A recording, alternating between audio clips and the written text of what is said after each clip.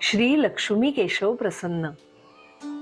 सह्याद्रीच्या कणखर रांगेतून नागिणीसारख्या झेपावणाऱ्या लाल वाटा, हिरवीगार झाडी आणि मधूनच ऐकायला येणारी समुद्राची अथांग गाज म्हणजे कोकण.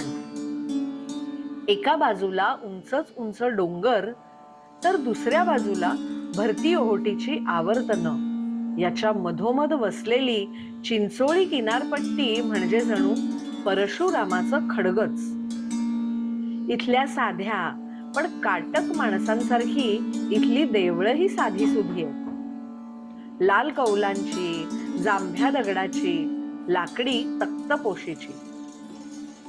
स्वच्छ मोकळा परिसर, नीरव शांतता यामुळे देवळातल्या खांबाला टेकून सभा मंडपात सहज चित्त एकाग्र करता येतं.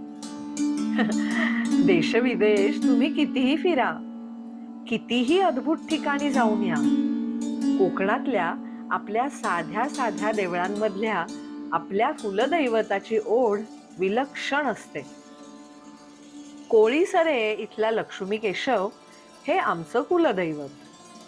त्याच्या गाभाऱ्याचा उंबरठा ओलांडून त्याच्या पायाशी माथा टेकला म्हणजे असीम आनंद आणि समाधान यांनी मन नेहमीच भरून येतं. रत्नागिरीच्या निवळी फाट्याकडून चाफे गाव मागे टाकला आणि उजव्या बाजूला वळलो म्हणजे 10-15 मिनिटात आपण कोळीसऱ्याला पोहोचतो. झाडात लपलेल्या पाखाडीच्या पायऱ्या उतरताना लक्ष्मी केशवाच्या टुमदार देवळाचा कळस दिसायला लागतो. मोकळ्या अंगणात, लाकडी सभा मंडपात वारा छान खेळत असतो. तिथून आणखीन थोडं उतरलं की थंडगार पाण्याचा लहानसा झरा दिसायला लागतो.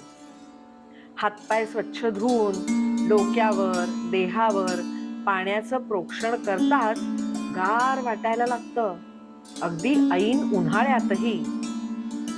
झऱ्याच्या ह्या पाण्याची एक कळशी भरून देवाला जलाभिषेकही करता येतो.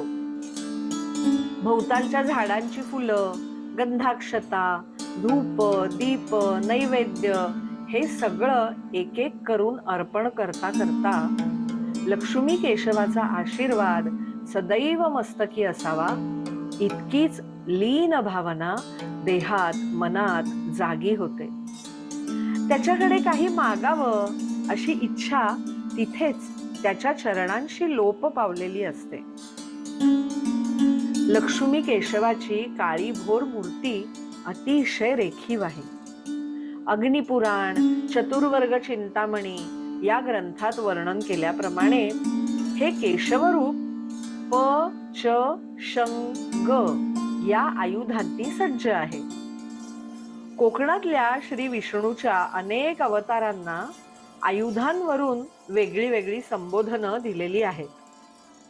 पद्म, चक्र, शंख आणि गदा म्हणजे प च शंग हे केशवाचं रूप. कोळीसऱ्याच्या लक्ष्मी केशवा शेजारी एक रत्नेश्वराचं आणि दुसरं हनुमंताचंही देवालय आहे. इथल्या भक्तनिवासात राहण्याची, जेवण्याची सोयही आहे. इथून जवळच गणपतीपुळं आहे.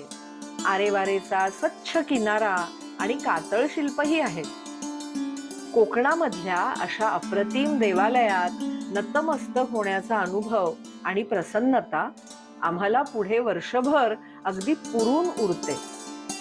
म्हणून वर्षातून किमान एकदा लक्ष्मी केशव चरणी लीन होण्यासाठी आम्ही आवर्जून जात असतो. श्री लक्ष्मी केशव प्रसन्न.